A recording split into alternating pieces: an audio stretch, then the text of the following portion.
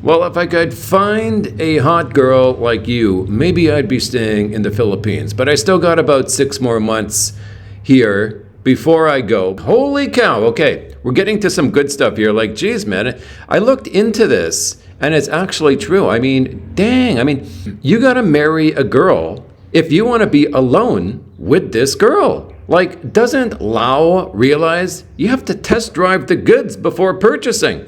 And yes, it's a big fine, like $500, 5,000 USD if you're caught alone with the girl. And apparently the fine depends on how large the girl's breasts are. Can you believe that? Oh wait, no, that was a different country. I'm assuming us guys pay the fine and the girl gets off scot-free. Of course. Women love equality, but only for the benefits. The benefits being, I don't need no man. You go, girlfriend. They don't want the men to have the benefits of being a female. Let's move on, folks. Try India. The women are super submissive and obedient. Okay, that's good, except they don't like whitey. They only ride the Punjab. I mean, I don't know what's up with this guy, Mike. Okay, in quotes, Mike. But damn, who goes to India to date? The answer is nobody. Not only that, I mean, it goes further than that. Like, if you're in your home country and you're dating a girl, then you found out her ex-boyfriend was a Punjab. Look, if it's me, I would not break up with her. I am a man of morals and obligations. But if it's you, you probably would break up with her. If it's me, I would have a lot of respect for the girl if she dated the Punjab.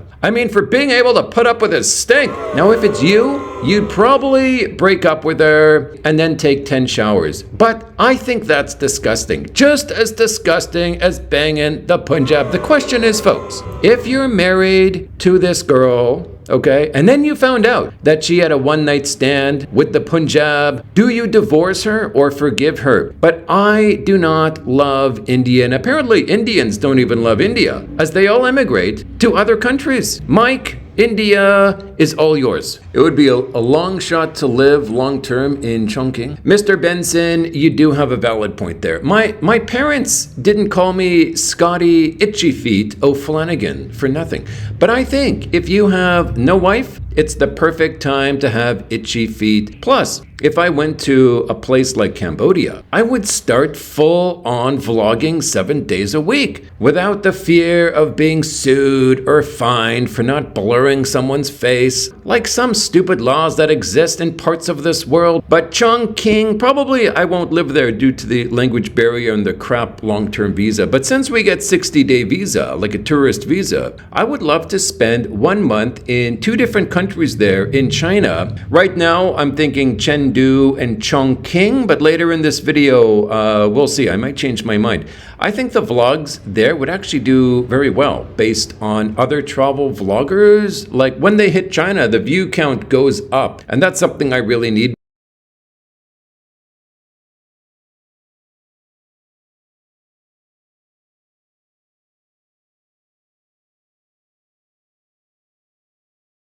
Right now, let's move on. Mr. Lee, Scotty, not sure who told you Latin women don't like whitey, but they are dead wrong. First night, I got a one-night stand in Barranquilla. Okay, you got my attention there. Okay, so Latin women like whitey. That is a good thing. It's opposite from what I've heard, but I really believe when you travel the world, there's something called local culture, right? One city, the girls treat you differently than a city an hour away. Okay, but anyway, so this guy Lee got a one-nighter on his first night in Barranquilla. Okay, cool. Now, I like having somewhere like off the beaten path to head to. I'll check out Barranquilla. I have to admit, I doubt like the staring, catcalling, touching as you pass by. I doubt that's true. I do doubt it's true, but if that is true, that will be awesome to live in Colombia, or specifically Barranquilla. Now you're kind of getting me excited about Colombia, or at least Barranquilla. We will see. If you want pretty ladies, Vietnam is undefeated. Yeah, that's true from what I've seen and heard, so that'll be fun to actually see the real deal. From what I hear, the Vietnamese babes are conservative and there is no age gap. So if I'm 47, I'll actually have to date. Are you ready for this, folks? I'll have to date a girl my own age. But as the old saying goes, if they're hot, why not? Maybe a 47-year-old Vietnamese babe is hot. We will see. Yeah, I think so too. Kenya would be a sight to see. Imagine walking around Nairobi or even some small village. You freeze frame on the babaroonies staring at Whitey. But I might get married to a local Kenyan babe. I'm down for having some half-black children. The worst thing I could do is marry a redhead and have freckled children. No way. Just like the NBA superstar Paolo Banchero, I say half black is the way to go. In university, I studied human geography, and if you date outside your race, or if you have a baby with a girl outside your race, it's very good for the gene pool from the perspective of Mother Nature. Mother Nature just made it that way. So what's driving your interest in new places? Okay. Hello, Daniel. Good question. And I asked myself the same question. But really, when I was in Korea and fantasizing about the Philippines, I wanted to travel around the country and stick it in a lot of girls and just have fun and enjoy and of course do some sightseeing, and everything I wanted to happen has happened. So I'm settled down now in the doomiest of dooms, and things just kind of seem different. My European friend who was in the Philippines, he moved to Cambodia, and he has totally sold me on Cambodia. And by the way, Kareem, sorry for bombarding you with 100 questions. I hope you do forgive me, but this fuzzy face law for vloggers in the Philippines was kind of the straw that broke the camel's back. I was going to take a break and then get back to vlogging. But during my break, they came out with this new law. But honestly, it seems like no vlogger in the Philippines is even following this law. So we will see where the dust settles. But I have about a few more months, maybe even a year, depending on the Baby situation, before taking off. And it is possible I just spend the rest of my life here. We'll see. But at worst, or at best, it'll be a few more months here, because I'm going to the dippiest of dips after Dumaguete. It's the actual Filipina P leaving a message. When leaving the PH, you need to return to your country and go back to work. Oh my God, you are prime working age. You need to get a job. Okay, I find that people often give advice based on what they feel is right. So I respect that. You may be a 9-to-5 kind of guy, the white picket fence, but not everyone is down with that. I finished 22 years of teaching English in Korea, but the last 10 years were a big struggle, dealing with the schools and the parents and the students. I needed out of that. It was getting old for Scotty Boy, and going home to be a plumber, it's not exactly getting me excited. One thing I have learned is that there are a lot of nutcases out there, but my favorite expression in life is live and let live. Oh, here we go. Stay away from Canada, Trudeau. Okay, well, you're my kind of guy.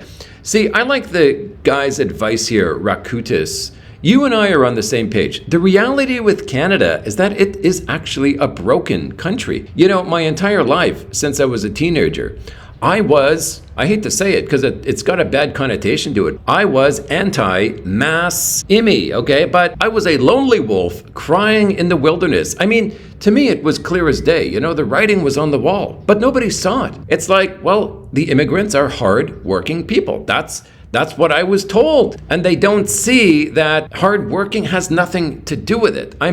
It's not that simple. If immigration was good, then why do so few countries offer immigration options into their country? If more people in your country was a good thing, then why doesn't everyone want to move to India and China? If more people is better, why do so many Chinese and Indians want to get out of their own country? My point being that the concept of immigration goes beyond the leftists. Immigrants are hardworking. Canada is screwed now, and it's entirely due to massive amounts of immis. But try explaining that to a leftist. Why do you think you can't afford a house? Why do you think the lineup to get a minimum wage job at Tim Hortons goes around the block? Why do you think you have to live 2 hours away from the city just to afford accommodations? But now it's too late. So I'm happy to leave. I'm happy to get out. I want no part of Canada. I'm happy to let the leftists deal with their own unforeseen demise. And I feel sorry for the newly arriving immigrants these days, because their mind is that Canada is such a great place to live until they get there and they see the reality. But by that time, it's too late. My advice to anyone immigrating to Canada is find your community of people, because Filipinos want to help Filipinos. Sri Lankans want to help Sri Lankans, etc. Okay, let's move on. Panama is safer, cheaper, and better than Costa Rica. Okay, yes. My friend in Angeles was telling me that Panama is also underrated. He was thinking Philippines or Panama as a place to retire. But if I decide to live in that area of the world, like Central, South America, I mean, I would go balls to the walls with the great Espanol. Then after learning Espanol, I'd travel around and see where I like the most. And that's the beauty with speaking Spanish. That entire zone on earth is now open up to you. From what I know, if you don't speak Spanish there, you're like a fish out of water. But it's interesting. I just happen to be more of like a Southeast Asia kind of guy. I'm sure it's due to my own ignorance, but I just don't feel 100% safe in that part of the world. Whereas in Southeast Asia, I feel more safe here than I do in my own hometown of Vancouver. You lost me when you left Southeast Asia. And what's with the marriage emphasis in each country? Okay, I knew this would come up, you know. When you talk about marriage, people are like, you're only getting married for the visa? No, it's not like that. Look, I just think that if you do get married to a local, anyone would take advantage of the marriage visa if one is available. It's not like you're marrying for a better visa, but if you are married, then why not? Of course, this commenter is probably, I'm guessing, a leftist, and he's going to reply, how dare you get married for the visa? You just can't get it into the head of a leftist. Anyway, let's move on. This is a hell of a long comment, so I'll leave it there for you to read if you want. Yes, this guy, but I'll summarize it anyway. Yes, this guy is in China, okay, this commenter.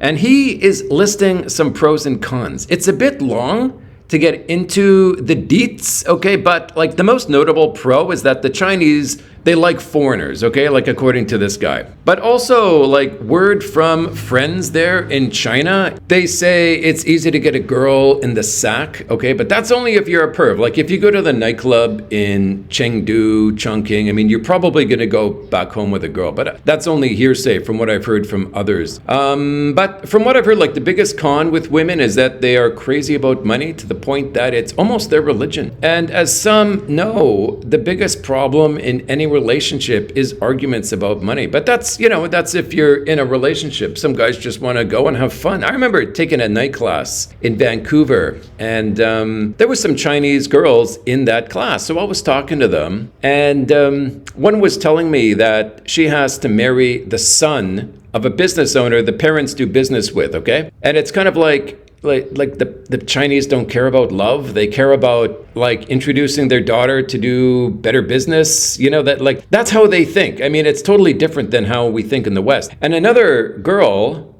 she had to marry just so that she wasn't an old woman, you know, in quotes, right? I mean, she was 24 years old, but she had to go back to China to marry, because in China, people marry young. But it's not really for love. I mean, it's just hard to explain there in China. I don't fully understand the thinking of the Chinese when it comes to marriage. I mean, they don't care if their daughter's happy or not. They just want to do better business. I mean, it's unbelievable. Anyway, let's move on. Bob Bruce says that the Philippines is mostly pay for play. That's actually very common. I mean, there are just a ton of college girls in the Philippines willing to sleep with you if you will support them through college. I mean, literally, I know this.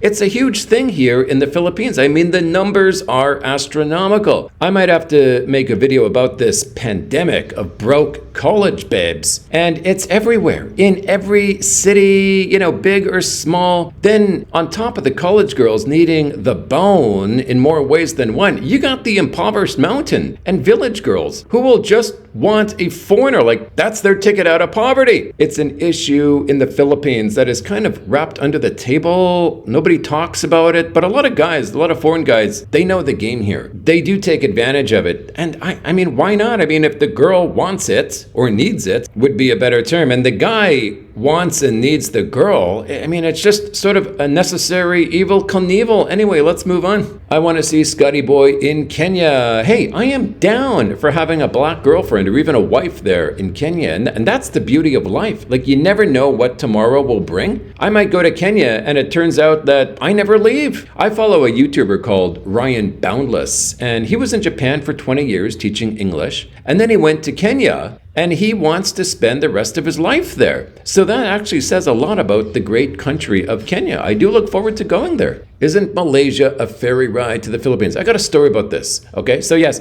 my friend was planning to ride his bike around Malaysia and then going into like Southeast Asia, right? So he got the ferry from Zamboanga to Sandakan. So he arrived in Sandakan with his bike, but he was told he's got to go back to Zamboanga, okay? Because Malaysia would not allow his bike into the country. Apparently, you have to get what's called a carnet, and you get that in Manila. And apparently Cal did not do that. So he takes his bike on the ferry and they said no. So he's coming back. So now he's coming back. So he was in Malaysia or Borneo for like a few hours. He just got the very next ferry back. But on that ferry back, according to my buddy Cal, okay, so he was the only white guy on the boat. Okay, so that's pretty cool. Anyway, but since his bike was not allowed, so he comes right back to Zamboanga. And on the way back from Malaysia, Cal said that the Malaysia sends all the illegal Filipino workers on this ship. Okay, so they were handcuffed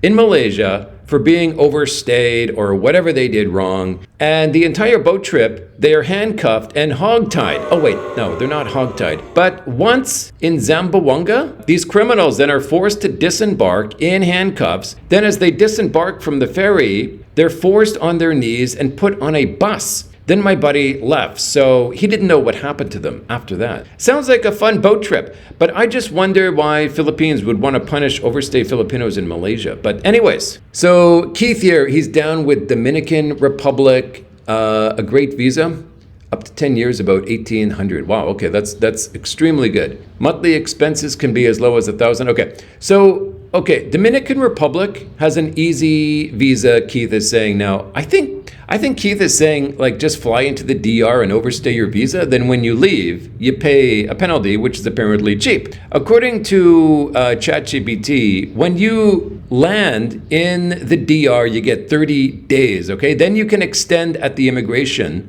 inside the country for 120 more days, okay? Then I guess you go to Haiti, and then back and extend. But Keith is raw dog, okay? He just overstays and bribes the immigration guy. I did that one time in Manila. This was like 1998 or something. I'll tell that story sometime. But the DR would be pretty cool. I'd probably feel better going there with a friend though. Anyway, let's move on. I made an extended trip to Costa Rica and Nicaragua. Nika should be on your list. Look, I appreciate the comment from the Great Dave, but you lost me at conservative women. You know, nothing against the Great Dave here, but I kind of find it like a chip on my shoulder when someone says you go to a certain place and then period, you know, end the conversation. I mean, the important part of that sentence is the why. The why is everything. But I find it interesting that you went to Costa Rica and Nicaragua, and you seem to recommend Nicaragua over Costa Rica, as it seems. But I'd love to know the reason why. Great video. I have been to China. Zhuhai. The women treat you like gods. Okay, like, all right, I'm going to put Zhuhai bookmarked on Google Maps, so I have some place to go. You know, I'm interested in women treating me like a god. That interests me for some reason. I'm not sure why. I'll check it out, and I'll report back to the viewers if the women in Zhuhai actually treat foreigners like a god. Hopefully some Chinese insertion does take place. But thank you for putting Zhuhai on the map in my mind. And it is bookmarked on my Google Maps. By the way, I was looking at Airbnb in China and I don't think they have it. This is weird. Anyway, excellent comment here. He says Tanzania. Okay, excellent. So you're going to put Tanzania on the map. Now, speaking of Tanzania, I met a couple of guys in Angeles who were big fans of Madagascar. And the only reason I bring that up is that there's just so much to explore in the world. I mean, this guy's a Tanzania guy. My two buddies there are Madagascar dudes. And that is one reason why I'm thinking like outside the Philippines in the future. I mean, you could spend the rest of your life traveling the Philippines and not see everything. But imagine the entire world. I mean, you can just travel until the day you die and not even see 1% of the world. Anyway, let's move on. Nicaragua is a hidden gem. Okay, so another vote for Nicaragua, kind of cool. You know, if you repeatedly hear the same country, it starts to form like an interest in your subconscious. This guy says, come to Haiti. Haiti, right, that is one country that should be avoided. Based on what I know. As I know, Haiti is a broken country run by warlords. And I'd like to, live to see another day anyway. This guy says go to Bhutan. Bhutan, okay, it sounds like a peaceful place. Would be interesting to check out Bhutan, okay? But actually, I did check it out on ChatGPT, and it says that you can stay an unlimited number of nights in Bhutan. Okay, that's good for the visa. Unlimited. But you have to prepay $100 per night. Okay, so if you want to stay 6 months, you got to pay whatever, 180 times $100, right? Yeah, screw that, okay? GPT also says they purposely try to limit tourism in Bhutan. And as that one big vlogger says, like, go where you're treated best. So screw Bhutan. Kenya's great in many aspects, not dangerous at all compared to South America. Okay. Yes, I've heard Kenyan women love foreign dudes. Okay, Madge K. Thank you for the Kenyan insights. I love hearing what people have to say about different countries. Please, if I may ask, if I may request, if you do recommend a city or a country, please put the reason why, okay? Like that guy you recommended, that Chinese city, Zhuhai, he said it's because of this and because of that, and it gets people interested. Please leave a comment in the comment section, like tell others like why you like a particular country or city, why you recommend this specific place. It's very interesting to hear what people have to say because, not all of us can travel around the world. So if you've been somewhere like that Zhuhai place, please tell me about it. I'd love to learn about it. Thanks a lot. See you on the next video, my great friends. Until next time. As I know, it's a broken country run by warlords.